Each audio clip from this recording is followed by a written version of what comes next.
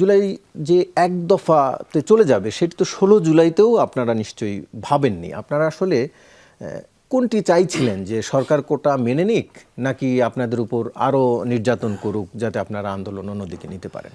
কোনটি চাচ্ছিলেন এই সময়টাতে? ধন্যবাদ সবাইকে।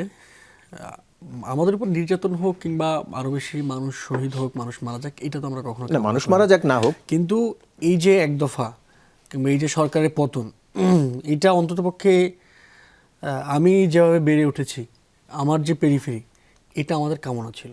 আমরা কোনো একদিন হাসিনার পতন দেখব এবং সেই পতন করার পার্টিসিপেশনের একটা অংশ হইতে চাইব, এটা আমাদের আজীবনের কামনা ছিল, এটা আমাদের ইচ্ছা ছিল। আমরা একটা স্বপ্ন দেখেছি, এটার জন্য আমাদের ক্ষুদ্র পরিসরে সবাই যার যার সামর্থ্য অনুযায়ী কাজ করেছে, এক নম্বর কথা।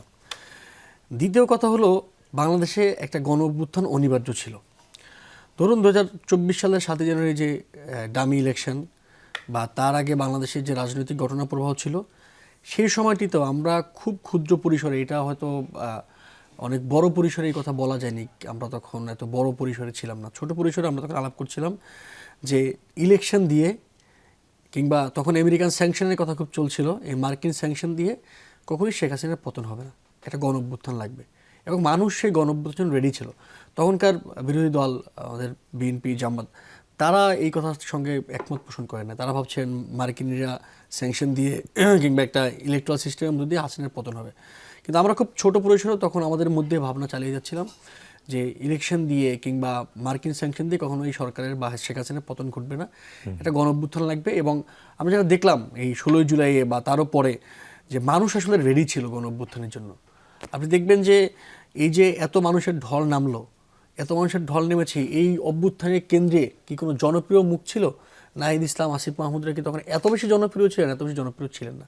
তাদের কিন্তু মানুষ চিনেছে ধীরে ধীরে। তার মানে কি আপনার কথার মানে কি এই দাঁড়ায় যে আপনারা এই ধরনের একটা ইন্টেনশন নিয়ে আন্দোলনে নেমেছেন? ইন্টেনশন না, আমি এটা আপনারা বলছি, যদি এই কোটা সংস্কার আন্দোলনটা আগে ফয়সালা হতো, যদি তারা 16 জুলাই আবু সাঈদ কিংবা ওয়াসিম, শান্তর বুকে গুলি না চলতো, তবু অন্য কোনো না কোনো মোমেন্টের মাধ্যমে আমরা এটা চাইতাম হাসিনার পতন করতে হবে এবং আমরা সেটার জন্য কাজ করছিলাম।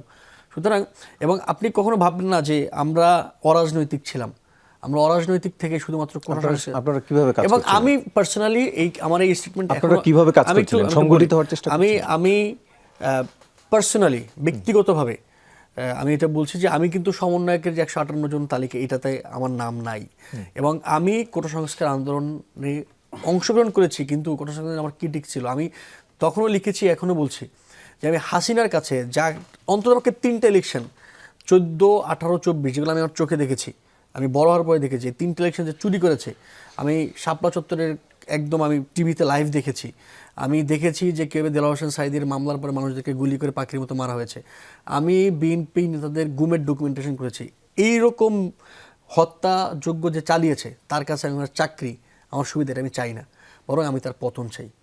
আমি স্পষ্টত তখনও লিখেছি, এখনও বলছি যে 7 জানুয়ারি যে ইলেকশন, সেই ইলেকশনের আগের দিন 6 জানুয়ারি যখন ঢাকা বিশ্ববিদ্যালয়ে প্রোটেস্ট ডাকা হয়েছে, তখন হাতে গোনা 15, 20, 25 জন মানুষ ছিল। ছাত্রদেরকে তখন ক্যাম্পাসে ঢুকলেই তাদের উপরে হামলা করা হতো এবং তাদেরকে তো অবর্ণনীয় নির্যাতন চলেছে। শিবির তখন নাম প্রকাশ করে শিবির নামে কেউ কর্মকাণ্ড করতে পারতো না।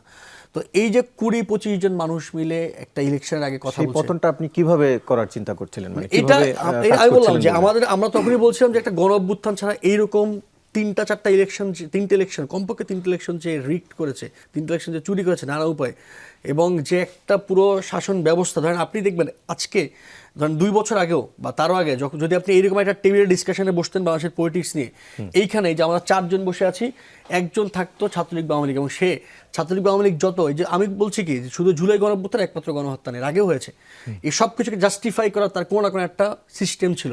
এটা সিস্টেম ডেভেলপ করেছিল, যে সিস্টেমের মধ্য দিয়ে আপনি সব কিছুকে একটা জাস্টিফিকেশনের মধ্যে দিয়ে নিয়ে যেতে পারতেন। এরকম একটা ব্যবস্থার পতনের জন্য অভ্যুত্থান লাগবে, এইটাই পৃথিবীর পলিটিক্যাল হিস্ট্রি, এইটাই পলিটিক্যাল সায়েন্স। এখন এটা তখনকার আমাদের মানে রাজনৈতিক যে বড় বড় দলগুলো ছিল, তারা বোঝেন নাই। আমরা তখন ছোট ছিলাম, ছোট পরিসরে ছিলাম, আমাদের কথা খুব বেশি মানুষ শুনতো না। আপনারা আমাদেরকে ডাকতেন না, এখন আমাদেরকে ডাকেন, এখন মানুষ আমাদের কথা শুনে।